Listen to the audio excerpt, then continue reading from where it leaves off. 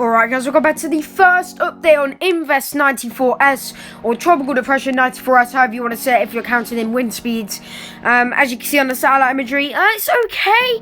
Convection is pretty good. It's been blown up all day.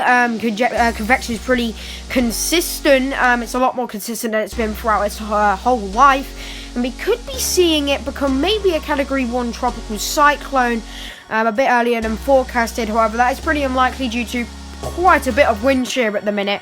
I believe it is around 20 to 25 knots.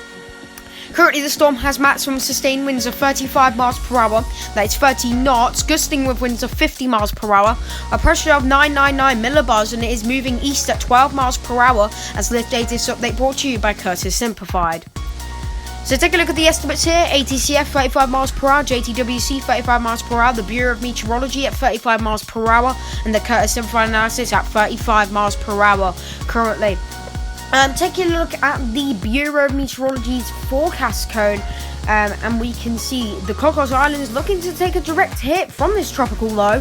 They have designated it as a tropical low, and they're expecting a direct passage through with a cyclone watch in effect for the Cocos Islands there, and it is expected to move straight through there. Pretty unusual track, may I say.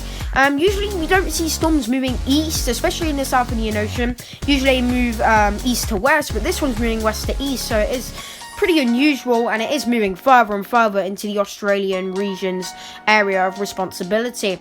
Take a look at the GFS ensembles, and we can see it is expected to do some sort of loop and then come back around itself and potentially strengthen quite a bit more. You can see those tracks start to get a lot more powerful with the pressure deepening at a rapid rate. And we could actually be seeing the other Invest, I think it's 96S. I'm pretty sure it's 96S. We could actually be seeing that develop into a tropical cyclone, like a full one, before this system does. That system has a lot better conditions, 15 to 20 knots of wind shear, and already center of circulation in the storm with an ASCAP pass on that storm.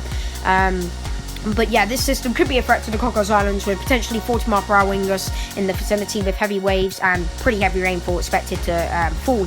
Take a look at the visible shortwave R imagery here. We can see convection okay, definitely looking better a few hours ago. It's consistent, but the center of circulation at the minute is pretty exposed. It was sort of covered, but it is partially exposed at this stage. Actually, it is quite exposed. Definitely not 40 miles an hour worthy. Definitely not even a tropical cyclone worthy. And here's the true color zoomed out imagery here. And you can see the monsoon up north there. That's looking pretty hefty with all those rain bands here. Those rain bands are in quite a bit of wind shear though. The storm is starting to move into a bit more favourable conditions. If the storm moved just a little bit further south, it would be in quite favourable conditions, but it is going to be moving east, so it is going to stay like on the line of 20 to 30 knots for quite a while when it passes through the Cocos Islands. And then when it starts to move south, finally it will probably become a Category 1 tropical cyclone on the Australian scale, and it may even get named by Météo France if it moves into their area of responsibility before it gets named, but that's pretty unlikely to happen. It's probably going to get named by the Bureau of Meteorology one time in its life.